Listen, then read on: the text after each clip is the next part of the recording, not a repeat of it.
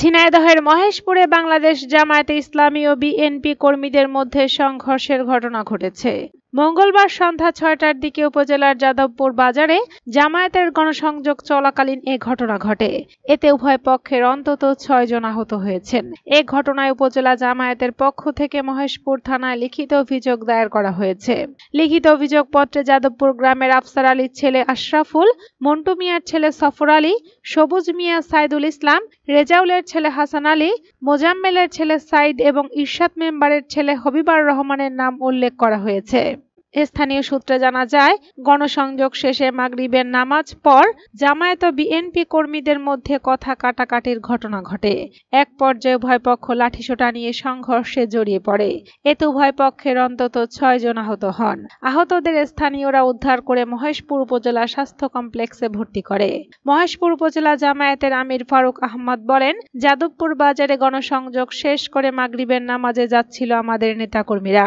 এ সময় বিএনপির কর্মীরা হামলা চালায়। এতে আমাদের বেশ কয়েকজন আহত হয়েছেন। মহেশপুর থানায় লিখিত অভিযোগ করেছি।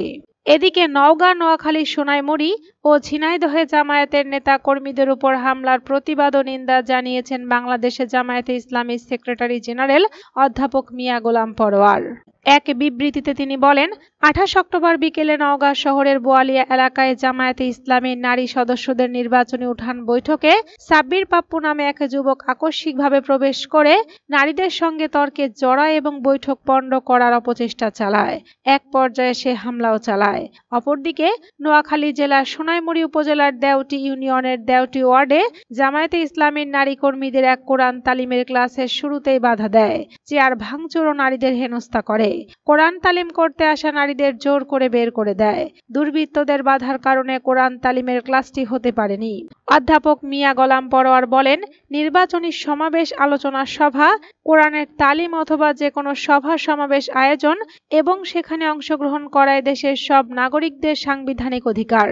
নারী কর্মীদের উপরে সব বর্বরোচিত হামলা এবং জামায়াতের শান্তিপূর্ণ কর্মসূচি পণ্ড করার প্রচেষ্টা দেশের গণতান্ত্রিক পরিবেশ ও মানবাধিকারের সুস্পষ্ট লঙ্ঘন। ফ্যাসিস্ট পরবর্তী সময়ে এ ধরনের হামলার ঘটনা অত্যন্ত দুঃখজনক, অনাকাঙ্ক্ষিত ও অনভিপ্রেত। আমি এসব হামলার ঘটনার তীব্র নিন্দা ও প্রতিবাদ জানাচ্ছি।